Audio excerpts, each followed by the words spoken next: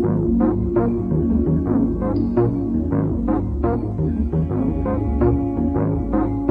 everybody. Welcome to FusionShare. My name's Tom Alexander, and I'm very excited about our guest today because he's actually right here in South Florida, where we originate, and there's also a Philly connection, and you guys all know about that, so that's really cool. We know some of the same people, although you can just tell that there's a little bit of an age difference here, but, you know, we won't talk about that part. The band is called Electric Kif. And they are really one of the premier fusion funk jam bands in South Florida, and really in the whole Southeast, and they're really making a name for themselves. Our guest is their keyboardist. His name is Jason Matthews. Jason, welcome. Hey, what's up, man? How you doing? Thanks for having me. It's really great to have you, and I'll tell you, man, I guess I heard about you guys a few years back, 4 or 5, maybe even longer than that, years ago. And, you guys just are, it's like a groove machine. You guys really create these ambient and just great feels that seem to come together organically. And that just doesn't fall off the back of a truck. It takes a long time to develop that. Tell me a little bit about the origin of the group. And is everybody kind of South Florida based originally? Yeah, well, basically Eric and Digo started Electric Kif back in, I think, 2008. So Eric is from France, Digo's from Mexico, but Digo had just moved to the States, and I think Eric had been back and forth between France, and they met in 2008 and started the band Electric Kif with this other drummer. Eventually, that drummer moved away back to Costa Rica, where he was from, or his family was from, and that was around, I'm not exactly sure, like 2010, 11. And there was a little lull in the band. And me and Armando were going to University of Miami at that time. I was going there. I'm from Philadelphia. So I'd been studying at University of Miami from 2009 to 2013. And same with Armando. But Armando is from Miami. So what happened was these guys needed a drummer. They got Armando in it around 2013, right when we were graduating. And basically like 6 months after that, Armando recommended me to join the group. He was like, I know this guy, he has a Fender Rhodes and he brings it around to gigs. And so they were like, yeah, bring him in. So then that's when I remember he invited me to a Titanic jam session. Titanic is a bar down here by the University of Miami. It's been around. It used to have like a blues jam for a long time, where Roosevelt Collier and all these guys would play way back in the day that I wasn't here. And I sat in at a jam session, and I remember I just met him, and it was this song called Drink a Bear. That's like a tune that's on a record that we did that they wrote originally. And it's this kind of crazy riff. And I just remember Dio's like, okay, cool. It's A. And then he's like, and then, and then I just sat in and we started playing. But I was, I just had to groove with them or whatever. Yeah. Anyway, after that, we started working together and doing rehearsals and writing immediately. And that was when we started to feel the chemistry of the group immediately. So the groove thing that you're talking about is a personality combination of how we've kind of nurtured our personalities. What everyone likes different stuff, but we all kind of come together in certain veins of music. Because music's kind of like a web, right? We all come in from different angles and somehow meet around and circle around this sort of core idea or a core concept of what we want the band to sound like. So we have this sort of circle of core concepts, but we come in from other different veins, and that's kind of how we've been functioning since 2013, 14, which is what, I don't know, like 12, 13 years now. So we've been together for that long. Yeah. And it's really about group chemistry, that band, and that's why it's on its own thing and it's kind of unique. And I think that's our best artistic. I don't know. That's what we have to offer the world. Yeah. Well, if for folks that have not heard you, you definitely got to check out Electric Kif, because this is a great, really, really great group of musicians individually, and then you bring them together, and it's a freight train. It's just it's really happening, and it's interesting how fusion music has been sort of, I don't know if you want to call it, rebranded or whatever. I mean, there's the jam band circuit. There's all kinds of Yeah. things going on.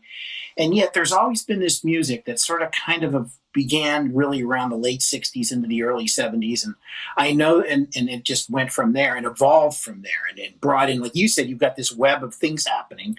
And then at the same time, there's still one commonality, which I think largely is improvisation and groove, and a lot of world elements that come into it. I think maybe that's the one thing that everybody brings in, but in their own way.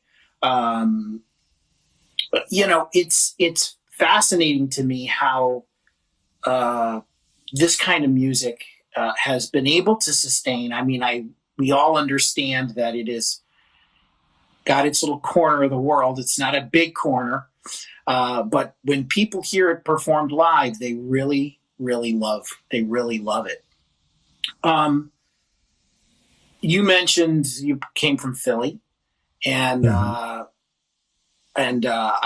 grew up just a little north of there in the Poconos, but was back and forth to the city a lot to play with a lot of musicians that we probably have both heard of, but we won't run the laundry list of names. But there is one name. In fact, he just was on this very podcast just a few weeks back, and that is the great bassist Gerald Veasley, who you performed with when you were basically a kid, right?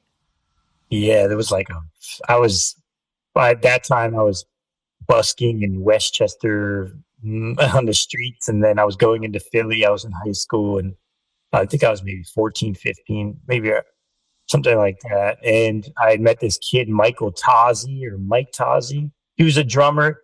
His dad was a radio host of, I think, a Smooth Jazz Philly. I forget which one. And they would do these series at Warm Daddies. And so his son was kind of like a average kind of drummer kind of dude. And I don't know if he plays drums anymore, but he kind of played more rock kind of drum style. And I was really getting into jazz and straight ahead at that time. So anyway, we did a show, I think, with Gerald Veasley, and we just kind of jammed on some shit like Mr. Magic and all the beginning kind of tunes you learn for groove shit, like Grover Washington stuff. Yeah, of course. And so we did a gig like that at Warm Daddies. And that was the only time he would never remember that. And I was just young and just be like, oh, and I didn't really know who Gerald Veasley was until later. So I met these guys actually. Yeah. Until I started digging more into the Zawinul Syndicate, and then, just more of that world of fusion music, which obviously, if you don't know, Gerald Veasley was in that, and he's a monster kind of player. Yeah, tremendous. But when I had got introduced to him, he was on his smooth jazz kind of tip, or sort of like smooth. I don't even know I don't follow that world too much, but that's a whole world in itself, Yeah, for sure. Around the country, Yes, our guest is Jason Matthews. He is the keyboardist for Electric Kif, and I'm going to check out we're going to just do a quick little check out of the group right here, and listen to this.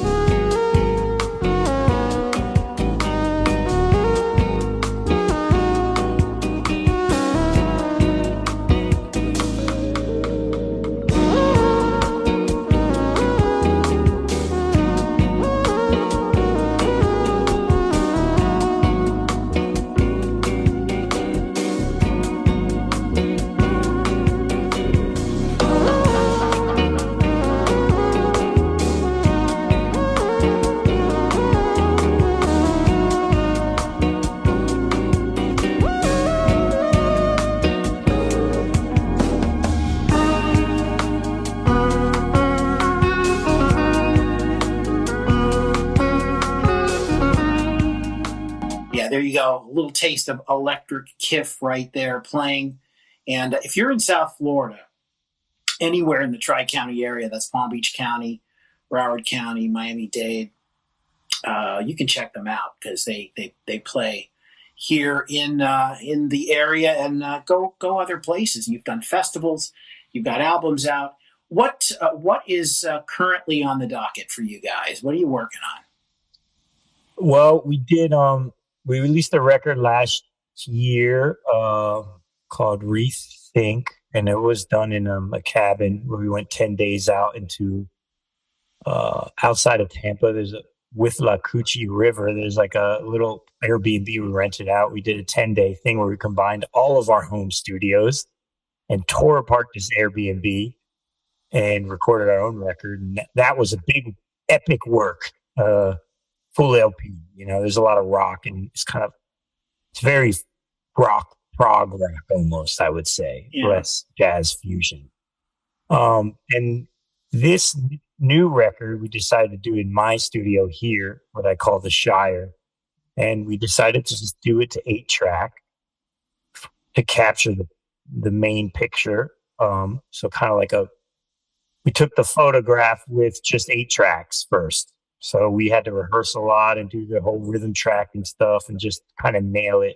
And this next EP that's going to be released probably this year, probably maybe in the fall, just because of the release process, is sort of this swampy, funky kind of something that you would see us locally here in South Florida do more.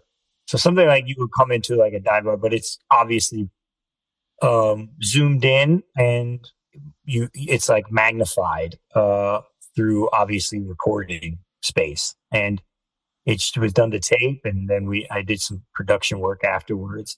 I mixed it with the band here, and we got it mastered by actually Digo's cousin who lives in New York, and it's got one of the tracks features Roosevelt Collier, which is a brilliant sacred steel guitar player, and his uncle is kind of the founder of that sort of tradition down here in Florida, which is very unique.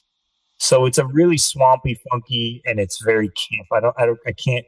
I'm stoked because it's groove music first, and it's a little simpler and it's less heavy and more light. And I just feel like the world needs kind of more music right now where you could just put on and just kind of feel good. And I just feel like that instead of putting out like a heavy ass fusion record or whatever, where you got to like kind of study it or whatever, just like break it apart. This is more like we're cruising a little bit. And I think that's just like a perfect time for that, obviously what's going on in the world. And I've just been centering in on making more instrumental music that maybe means a little bit more than cool riffs and stuff like that. So just trying to focus that energy more into how we can kind of inspire in a different way, maybe, because after a while we've made a bunch of records together. So now I'm like, okay, let's aim the intention. And let's aim the intention a little bit more directed into our community or whatever. However that works. I mean, we're still sort of new to that. I think that's what gets maybe a little lost in fusion music is that there is this kind of playing your instrument and showing what is possible.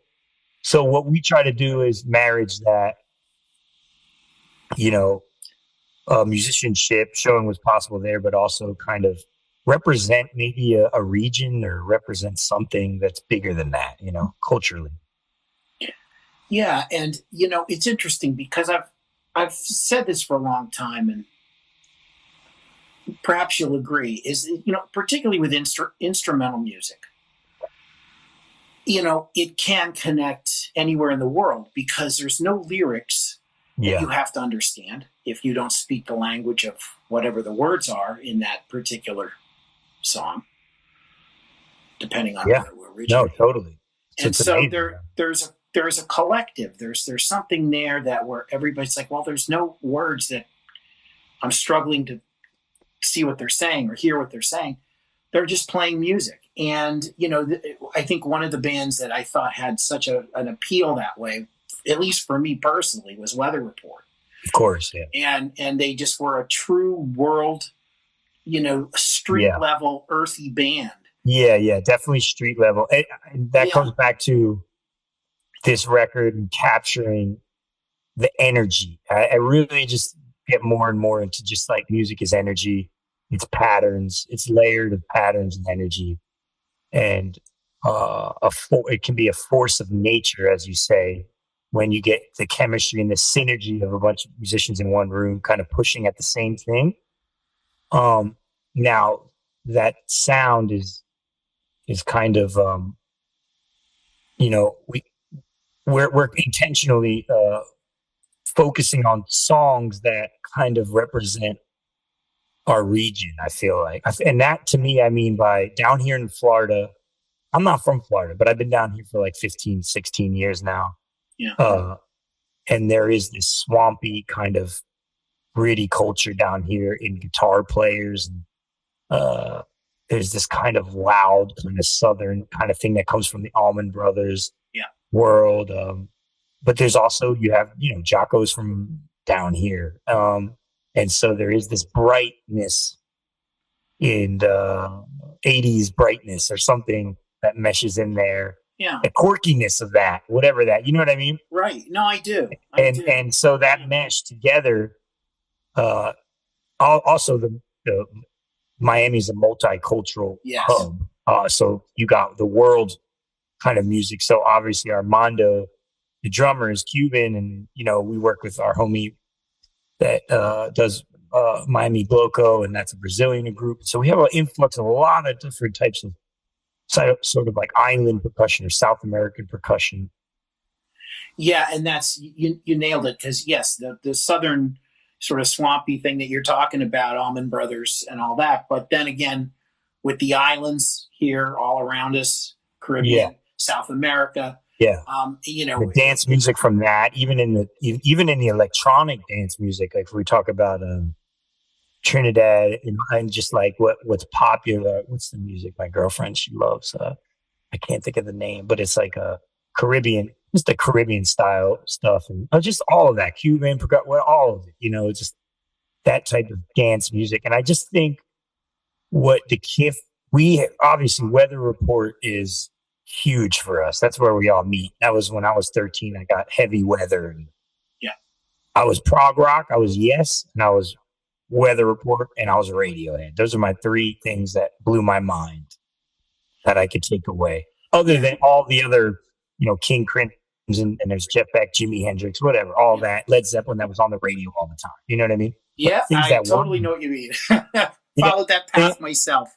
Yeah, so for me, it was that. Like for keyboard players, it was really actually Rick Wakeman from Yes, Close to the Edge, like all that stuff. Yeah. And then Joe, and then I got into straight ahead jazz, like the Coltrane world and all of that, Thelonious Monk, whatever. But so to me, what the Kif kind of takes, I feel like we try to take from the Weather Report thing. But what I think where we can ground it a little bit more is in the groove aspect.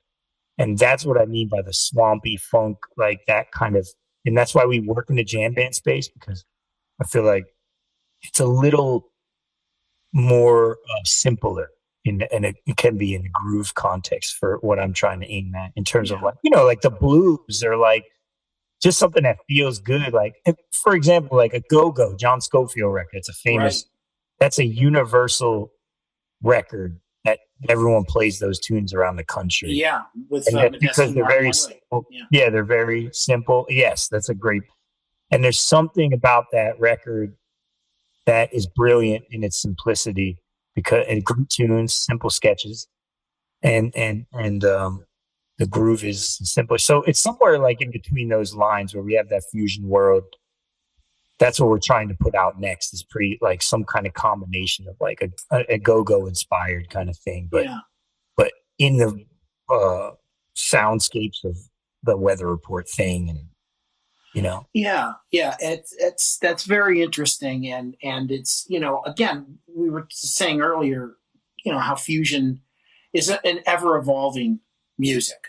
You know, there's a passion about this kind of stuff that you grew up on, and maybe you take parts of that, but then you put your own thing in, and you start your own voice begins to emerge.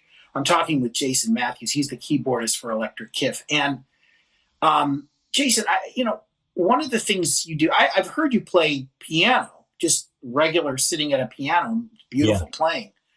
But I remember reading years and years ago about Joe Zawinul saying, well, piano's great, and I love playing piano, and I played it for years, but it is, no matter what, it's still one sound. Hmm. And with keyboards, there's this endless palette of tones, Totally. layers, and you know, at least I think, and you tell me if you feel the same way. Sitting behind a few keyboards, electronic keyboards, and you go in with maybe nothing in mind. You're just, let's see what happens kind of attitude, and things start to emerge from the sounds, and you're thinking, it's like, Totally. wait a minute here.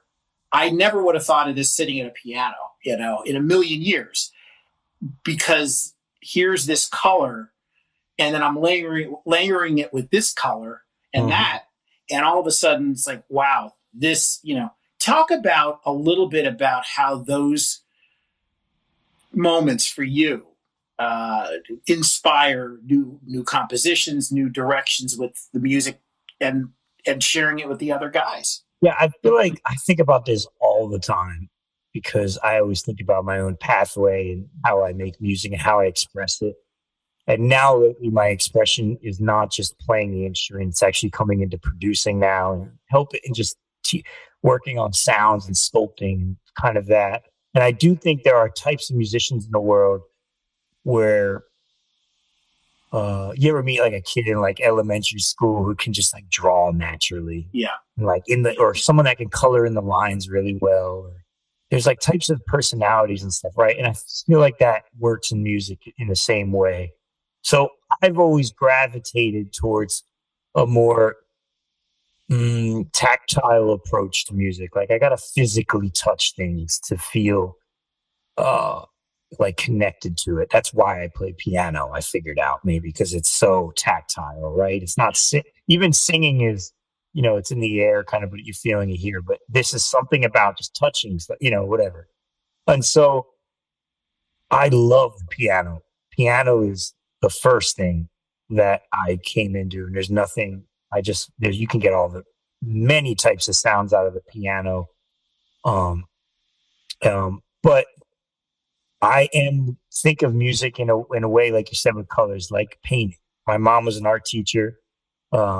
She had a studio. I learned how to do pottery. I learned how to make necklaces. I learned how to color, draw and whatever, color pencil, watercolors, all of that. So to me, I see some stuff behind you there. yeah, Is that one of your own? that's just kind of colorful stuff that my mom, like, I'll just show you. Uh, Yeah, let's take a peek here. she does, like, I went to, like, my mom just sent me this. This is just like a macrame kind of like a bottle that she macrames, right? Like, right now, she's into her phase of like kind of just taking a bottle and like making kind of these cool designs, right? So, and she has a garden up there. She really the source of my, um, how I learned to be creative, I would say. Um, and so she can draw and paint like and colors, and she took me to impressionistic museums my whole life. Really love Van Gogh, Monet. So I was going to that my whole life. So I relate music in that way. And so when I'm making music, the keyboards allow me to do exactly what you said. Is like, oh, something blooms out of this kind of sound because, you know, you can make your own paint with it. I would say, if you, it's for for a metaphor, like I can make my paint that I get to play with now. Yeah. Now you can do it on the piano. Over here on my piano, I have bandanas that I put into the felts because I don't like. Right. I put some bandanas there because they're a little thinner than a felt, so they don't mute it so much. So I took the felt out and I put these bandanas. but only to a certain extent. You can only go so far. Now with a You can prop, prepare a piano to some degree, and yeah, that's been which is done. totally cool and the Yeah, it's feel of very that. cool. But I'm interested in harmonic combinations of things. So a B3 feels totally different, and it's such a gorgeous instrument. A Wurlitzer is one of the greatest things to play, Yeah. right? And I'm interested into why they feel that way. So I'm very much feeling music through the sound and creating it that way. So that's why I play keyboards. That's what I've come to of like kind of naturally gravitating to it and then kind of learning it later, dissecting like, why do I have all these keyboards? Like people come over and they're like, damn, you got a lot of things. And I'm like, yeah, but I need like this is the journey. Like this is what I do. Like this is my job. Or at least that's what I believe, So Well, there's a Herbie Hancock album, I think from 1978, called Sunlight. yeah, I have it right here. Yeah, and on the back of it, there's like 20 keyboards that he's got set up in his studio. Let me find it, Rip. Yeah. So it's a great album. Jocko's on there, and you got it. If you found it, yeah, there it is. Oh yeah, there it is. Sure. Yep. That's up in my studio. That's always you. Yeah. So, yeah. It's see all those keyboards he has. Huh? Yeah, I'm saying yeah. See all of them there. Right? Yeah, and so when I remember seeing that, and I said, wow, someday, I want that kind of a setup. So I can relate very, very much with what you're saying and having all these colors, these palettes. Well, there's levels to that conversation. So like there's having all of it because you want it, and to me, or it's searching for, I try to set up my space in a way that I'm kind of like a kid creatively, and that just going over to an instrument can spark a creative idea. That's how ideas work. You just hear something, you go, oh, what about, you know what I mean? And then all of a sudden, totally. Two ideas in your brain snap together and they create something. I just had this idea, So I'm always trying to like create some type of spark. You set up the environment for the spark. And so live, if you have those keyboards that sound good and they just feel like good, then it becomes for me like I can really like play, or at least I feel that way. You know what I mean? That's everyone else is like, oh, it's too complicated for me. I just focus on this one thing, So I just believe in that philosophy, or that's just how I make music, just personally. And I enjoy it and found my process in it. Not everyone's process is like that, Well, everybody has a different approach, and right. It's interesting because here at my house, I have the piano primarily, and I play that, and over at our rehearsal space are the other keyboards, and so I don't play them probably. I don't get behind the electronic keyboards certainly as much as you because. You got everything in one place. I got them in two different places. But it's amazing how the moment you get behind it and you got two things going or three keyboards or whatever you have in front of you and you layer, it just starts to spark. You said it, you hear things, things start to just appear. And it's like, wow, okay, great. And again, never would have thought of that on the piano. And of course, having the other musicians there and interacting and having that dialogue with the other musicians is a whole other thing. And the inspiration is amazing, when you have other. Yeah, it is. I mean, you're just, if you think about it, an instrument sounds the way it does because of its added overtones and harmonics. So like a saxophone sounds the way it sounds because of a certain distinct amount of overtones and harmonics in that whatever instrument. Yeah. So all you're doing is by having a bunch of different keyboards can kind of have all these kind of different combinations. But just because you have one keyboard doesn't mean you have all the sounds in the world. There's electronics that are involved. That's why certain mixing boards sound the same way, or some tape machines sound different ways, and some modes sound different. They just have different expressions of harmonic sequences and overtones. So basically, you just kind of having a bunch of different of those, and so that's what can spark, because that's, I don't know, it's just you're just trying to increase the odds of Exactly. you're That's a just great way. Wow, that's a great way increasing to the put it. odds Yeah. of color and just idea. To me, that's what it does. I mean, it because I'm very attuned to sound first, more than anything. I'm actually attuned to the sound of a player first, and then I go into what are they. To me, if the player, like a saxophone player, is really like, I can like almost want like a blues musician, like Roosevelt's one of those dudes, but forget this blues dude. But sometimes the old school cats, like Alabama blues cats, like they can play one note, or like Derek Trucks, for example. Here's a Right. great example. Derek Trucks play one note, you're like, oh, you're like, yeah, or Miles, or Wayne, or even Yeah. Herbie has that. I've met a bunch of players like that. They just sit down at the piano and go, bloop, and you're like, whoa, I want that, you Yeah. know? And that is not anything about theory. That's No. nothing about, that's about touch, and that's about how you approach the instrument. And it's also a lot about in tuning with sound, like how do you interact with sound and Yeah. express it? Yeah. They used to say that exactly what you're stating there, expressing is a lot of what they said about Jeff Beck. He didn't have the chops of a Al Di Meola or a John Right. McLaughlin, It's so expressive. but the expression is, yeah, it was One of the just, greatest of all time. I mean, what can you say? It what was can you just, say about the way that guy just pulls notes in and out? yeah, It's like, it was extraordinary, and I wish he was still around, but we've got all that great music to listen to for you forever. Um, we wrapping things up here, but I would love to have you back again. But I will tell you, and when I say you, I mean the folks watching and listening. The hope we're working on a little event here. We nothing's set in stone yet. We're working on it, and we may have some news coming up where Jason and Electric Kif and our group Earth Code and maybe a couple other groups will get together and do a little fusion fest. Now hell that's yeah. going to be here in South Florida if we do it, obviously. So we're working on that.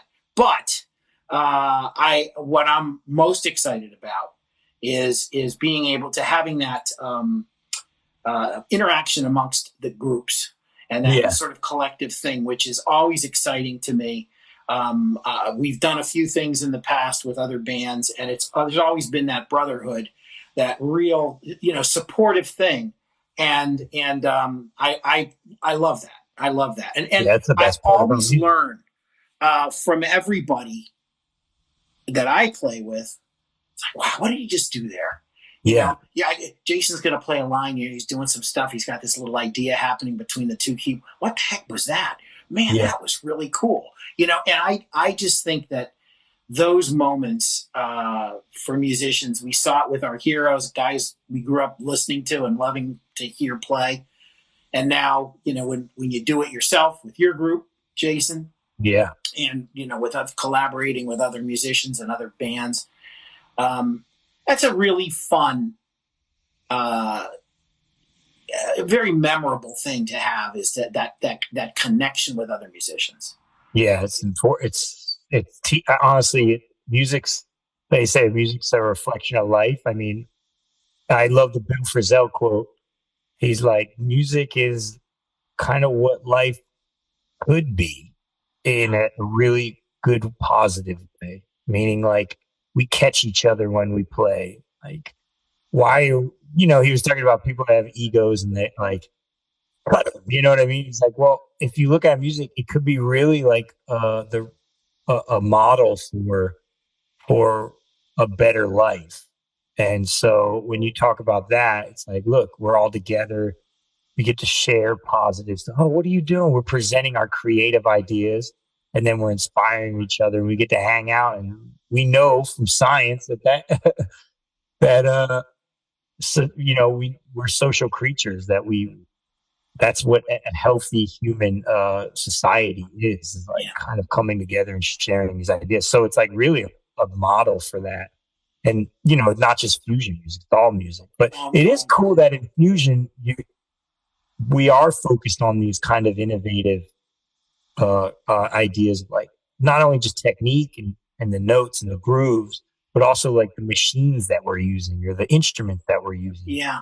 Yeah. And so we learn from that way. And I think that's a very cool thing to be involved in. I couldn't agree with you more. And like you said earlier, the world needs it now more than ever. It just seems Yeah. like we're it's incumbent upon us, every artist, I think, to just get out there and express themselves in a real positive, energetic way and And inspire folks. connect with each other and Yeah, band together really, because that's what's happening now is kind of a scary thing, but the power is always the powers in the people. So it's just like reflecting that, and we're like the people in society that get to inspire people. Like when people come see a band play, they go, "Man, I wish I could just play with my friends. I have my day job, and I want to play up there on stage and just rock guitar. It looks so fun. I want to have fun like you guys, yeah, you know." yeah. And Yeah, so I do know. we do have fun, and that's because this is what life looks like when people are all working together, you know, Yeah, for sure. instead of Absolutely. against each other. It's like that's what a band is. That's what a great band is. You know what I mean? 100%. And by the way, just looking at the other members of the group, they include Rodrigo Zambrano on bass and Armando Lopez on drums and Eric Escanes on guitar. And of course, my guest, Jason Matthews, the keyboardist with the group. And, you know, Jason, it's been a lot of fun talking with you, and we can go on and on about this because I think this spirit of what your group and I think all groups that play this kind of music, I think that the goal really is to communicate great energy, with the people listening, because it is something that people come out to hear, and it's active listening, and it's less passive and more active listening. But at the same time, and you stated this earlier, you don't necessarily have to be a rocket scientist to understand this music either. You don't have to have gone to music school forever to get it. Right. Some stuff can be so um, complex, and it can be almost intimidating sometimes. I think the idea of communication uh, is picked up by the audience very, very early on. They hear you, they see you expressing. It's like, okay, I'm in. Hmm. It's I'm almost buying what more they're selling. important than all the notes. Yeah, yeah, It's like how much you enjoy what you're doing. I always have people come up and they're like, "You look like you're having such a fun time up there," or just like, I don't know, and they don't maybe understand necessarily all the notes, maybe, right. but they feel the energy, and that once again, I think that's you know, music's before language. They know that music was happening before written language. And then, so we were just beating stuff or whatever, however we were communicating with, Yeah, whether you called it music or not, but it was happening. Like we're clapping or we're hitting drums or we're playing flutes or whatever the hell, you know what I yeah. mean? So we're just, Or vocalizing even at some point. yeah, we're just kind of, or just grunting. I don't even know. It's Yeah, like, I was. but I'm old, but not that old. yeah, we're pushing we're just pushing energy out to Right. somehow connect frequency wise or resonant wise, whatever, to Yeah. get a response back. Yeah. And so that is the live thing. That's kind of I feel like fusion music, especially. It's funny name. I mean, the name is interesting too, just fusion, because it really is fusion. I mean, how else do you say it? You know what's almost worse than fusion is when people just combine all the genres together. It's really just a fused thing of like all these different styles, and that's kind of what it is. It's kind of hard to kind of uh, talk about anyway, but it's really just the combination of all those different energies and those styles and those patterns in one kind of thing, and we're pulling from all of it. We're pulling from rock. One time now we're pulling from hip hop world. We're pulling from dance grooves. We're pulling from jazz language, world music, whatever it is. Right. Doesn't matter. It's open. No, that's true, and we are always fusing things together. I guess is the best way to. I guess I don't know. I mean, one day someone's going to come up with a better word, maybe or whatever. But it is how it has like a stigma to it. Maybe that it's like run that through the thesaurus and see what it comes. Yeah. Anyway, listen, thank you again so much. ElectricKif.com, right? Is that the website? Yeah. So ElectricKif.com, if folks want to learn more about Jason's music and the band's music, definitely check them out. And if you are in South Florida, go see them. If you're coming down for a little bit of a winter warm-up and they're playing, go check them out. Worth hearing and experiencing the Kif, as they like to say.